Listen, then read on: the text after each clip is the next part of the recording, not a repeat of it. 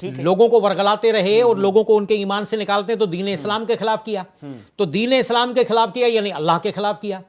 تو آپ سوچو کہ ہم اللہ سے لڑ کر پورے پڑھ سکتے ہیں؟ ہرگز نہیں پورے پڑھ سکتے. اللہ سے تو مقابلہ کر ہی نہیں سکتے. میں نے کہا تو اس نے کہا کہ کیا یہ عقل مندی کا قول نہیں سنا آپ نے کبھی کہ جس دشمن سے لڑ نہیں سکتے اسے دوستی کر کے اپنی جان بچاؤ؟ جی. میں نے کہا جی. تو کہنے لگی تو میں نے تو اپنی جان بچانے کے لیے اللہ کے دین پہ آ گئی اور میں نے کلمہ پڑھ لیا، میں تو ہو گئی مسلمان، میرے بچے ہو گئے مسلمان، اب میاں آپ کی باری ہے. ٹھیک ہے. میں نے کہا آپ اتنی جلدی جذباتی ہو گئی؟ اس نے کہا نہیں عقل مندی ہے، میں دنیا سے لڑ سکتی ہوں، میرے پاس پیسہ ہے، دنیا کی مختلف ملکوں کی طاقت ہمارے ساتھ ہے، لیکن اللہ کی طاقت نہیں ہے تو ہم کیا کریں گے؟ بس یہ سننا تھا. وہ شام کا ٹائم تھا، وہ کمرے میں اندر چلی گئی، کہنے لگی کہ میں باہر نہیں آؤں گی جب تک تم کلمہ نہیں پڑھو گے. نہیں تو ہم صبح نکل جائیں گے اور تم جاؤ اپنے گھر پہ، جی تم رہو ادھر، ہم چلے جائیں گے کہیں. جی. صبح پھر میں نے، یہ ہماری زندگی کی شادی کے بعد پہلی وہ رات گزری ہے جس میں وہ علیحدہ تھیں اور میں علیحدہ تا. اچھا. علیحدہ کمروں میں مذہبی الگ ہو گیا. میں نے یعنی عورت بیوی بیگم میری اتنی جذباتی ہو گئی ایک دم سے کلمہ پڑھتے ہی. میں حیران ہوں یہ طاقت، ایمان کی طاقت بڑی. میں اس طاقت کو ساری رات سوچتا رہا کہ یہ اتنے چند لفظوں کی اتنی گہری طاقت ہے کہ یہ بیوی جو مجھ پر مرنے والی، جان چھڑکنے والی میری ساتھی ہے، وہ مجھے چھوڑ کر الگ ہو گئی. اتنی طاقت رکھتی ہے. صبح میں نے کہا چلو جی اب جذباتی ختم ہو گیا ٹائم، ناشتہ بناؤ. اس نے کہا ناشتہ آپ کے ساتھ نہیں ہو سکتا، آپ کافر رہو گے، ناشتہ نہیں. کلمہ پڑھو تو ناشتہ اکٹھا کریں گے ورنہ جاؤ ہوٹل پہ ناشتہ کرو. پھر کیا ہوا؟ میں نے کہا جی کلمہ پڑھائیے. اب میں نے سوچا، میں نے کہا پہلے میں نے سوال کیا ایک ہی، میں نے کہا میں تمہارے لیے پریشان ہوں. بولے کیوں؟ میں نے کہا اگر میں مسلمان ہو جاتا ہوں تو یہ سارا سیٹ اپ، یہ ساری زندگی، یہ سارے مشن، یہ سب کچھ چھوڑنا پڑے گا، زیرو ہو جائیں گے، کھائیں گے کہاں سے؟ اس نے کہا کمال کر دیا آپ نے، میں نے کلمہ پڑھ لیا، یاری لگا لی اللہ سے اور کھانے کی فکر کروں گی. اللہ رزاق ہے، وہی تو دے گا. آپ کھلاتے ہو ہمیں.